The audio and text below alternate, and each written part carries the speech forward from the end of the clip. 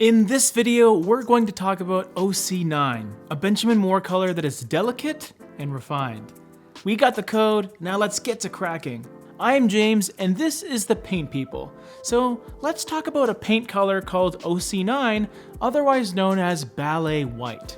If you've been mulling over this color for a while, or you just stumbled on this video and want to know more about it, Color Code is the series where we go into detail about a color's undertones, its light reflectance value, and then we'll give you some color pairings and trim colors, and ultimately let you know how to best use this color in your home. If that sounds like something you'd like to watch, then stick around.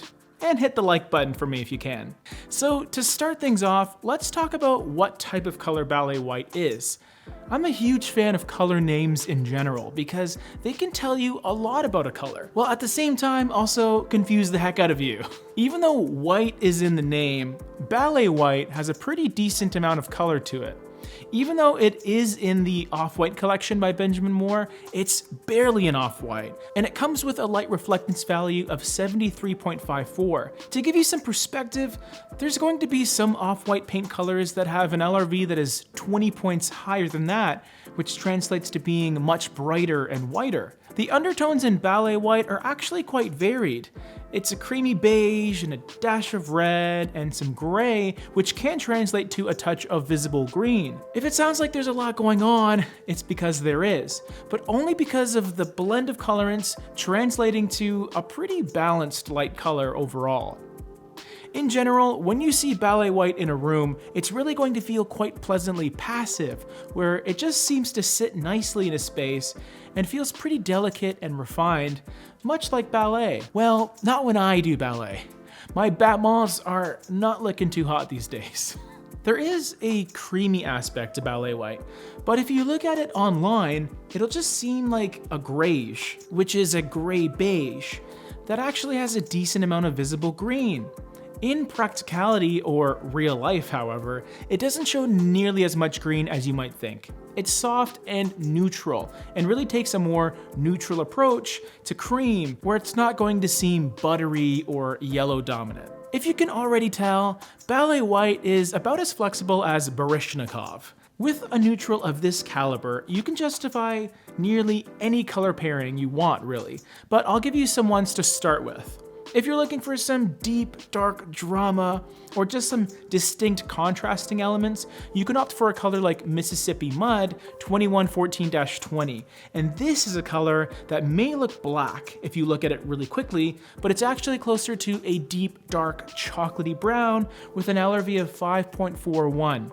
It's meant to reflect the inner chocolatey layer of some delicious Mississippi mud pie.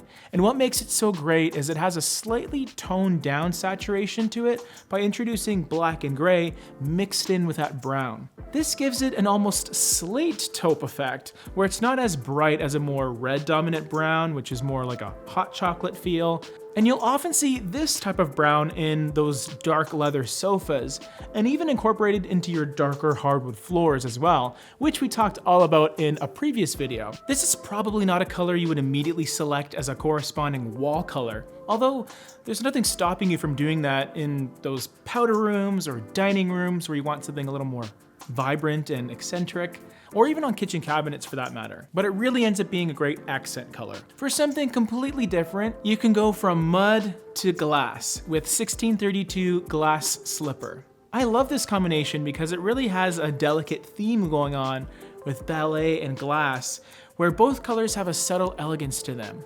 They're both right around the same LRV, right in that low 70 bracket, but they're definitely a little more complementary in their tones, where Glass Slipper ends up feeling like a cloudy, light tone of blue. This is a color that I would either use as a subtle accent color within the room if I wanted something more muted and understated, or it can be an easy choice as a wall color as well. If I were to have a ratio going on, I think I would end up using more Ballet White compared to Glass Slipper if I had to pick those two colors as my main wall colors, but their back and forth is pretty enjoyable, and that little bit of blue in Glass Slipper will do a great job at freshening up a space.